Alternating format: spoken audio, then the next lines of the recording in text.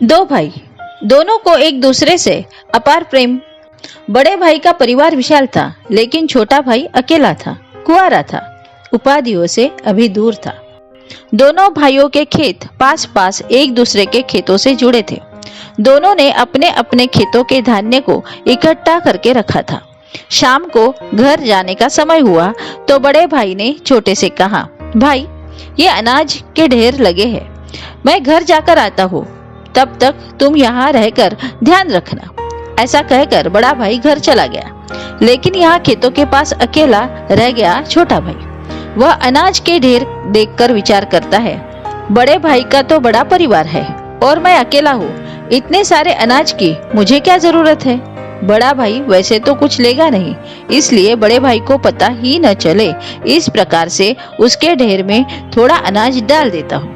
ऐसा विचार कर अपने ढेर में से लगभग 900 मन अनाज बड़े भाई के ढेर में डाल दिया और अपनी जगह आकर बैठ गया। जब बड़ा भाई घर से वापस आता है तो छोटा भाई घर जाता है।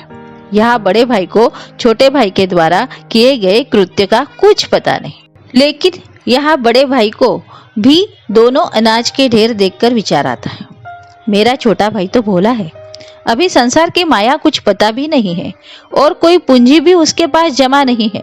मैं कुछ दूंगा तो वो लेगा भी नहीं, लेकिन मैं तो उसका बड़ा भाई हूँ, मुझे उसका ध्यान रखना चाहिए। ऐसा विचार कर उसने भी अपने अनाज के ढेर में से लगभग 900 मन अनाज छोटे भाई के ढेर में डाल दिया। देखो तो सही, एक दूसरे के हित के लिए कितनी ऊंची भावना।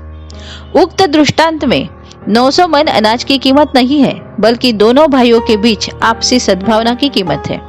इस दृष्टांत का उद्देश्य यह है कि जब लौकिक भाई एक दूसरे के हित का इतना ध्यान रखते हैं, तो धर्म के संबंध में जो परस्पर साधर्मी भाई है, उनमें तो एक दूसरे के लिए हित के लिए ऊंची भावना होनी ही चाहिए। अपनी कोई भी विभूति धनाधिक मीन्स धन अपने साधर्मी भाई के उपयोग में आवे, तब साधर्मी को कितनी प्रसन्नता होती है।